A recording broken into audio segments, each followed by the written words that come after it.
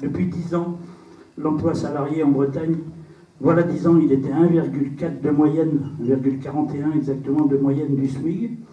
Maintenant, il n'est plus qu'à 1,14.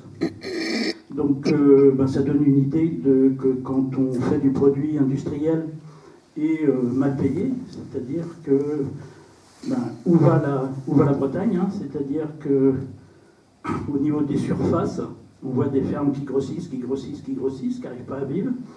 Hein, la moyenne en agriculture en France, les revenus nets avant impôt, c'est 85% de subvention de la PAC. Donc voilà, on voit quand même bien qu'il faut aller vers une autre agriculture pour que à la fois les paysans vivent et de la plus-value, et d'autre part que les consommateurs s'approchent de la production et comprennent comment elle est faite. J'espère que tu es d'accord.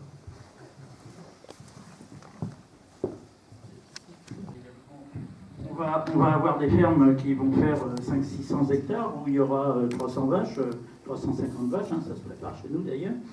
La personne, il faut savoir qu'un robot de traite c'est pour 50 vaches, donc il y aura 5 robots de traite. Hein. Le premier vaut 150 000 euros, après il faut mettre 75 000 euros au bout pour celui qui suit. Hein. Et donc on s'avise que ces vaches-là n'iront pas plus pâturer de l'herbe parce qu'on ne peut pas les envoyer à 30 km ou à 25 km. Donc on va embaucher quelqu'un qui ira couper l'herbe. Donc bilan carbone, on voit bien ce que c'est-à-dire c'est des gros tracteurs qui vont chercher l'herbe et qui ramèneront en loge. Mais comme le prix est quand même très serré, la rentabilité, l'ouvrier qui conduira le tracteur, c'est ce que je disais, c'est que en francs constants, les salaires en agriculture ont baissé de plus de 15%. Et la raison, elle est là. Voilà, c'est-à-dire on va grossir les fermes, donc il ne faut pas parler d'évolution écologique en agriculture en grossissant les fermes. En grossissant les fermes, on ne fait qu'aggraver le problème climatique, parce qu'on va utiliser de plus en plus de carburant. Ce qu'il faut savoir, c'est que vu la rentabilité de l'agriculture, quand on a des fermes de 300, 400, 500 vaches, l'objectif, c'est l'appropriation des fermes par les industriels. Alors, on nous stigmatise en disant, nous faisant peur en plus, que les Chinois sont en train de racheter des terres partout en France. C'est vrai. Mais les terres sont en train elles échappent aux paysans. Hein.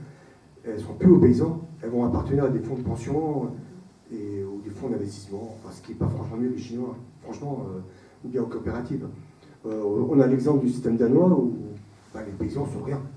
Des esclaves. Leurs fermes ne leur appartiennent plus. Ils sont endettés, mais au Danemark, les vaches sont endettées en moyenne à 20 000 euros de dette par vache. Et je ne parle pas des intérêts. Donc ils ne paieront jamais.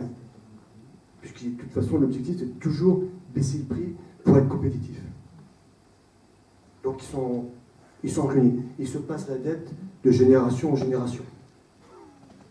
Voilà. Et on nous parle du modèle danois avec des robots, de l'informatique, en production porcine. C'est magnifique. Ouais. On fait rêver.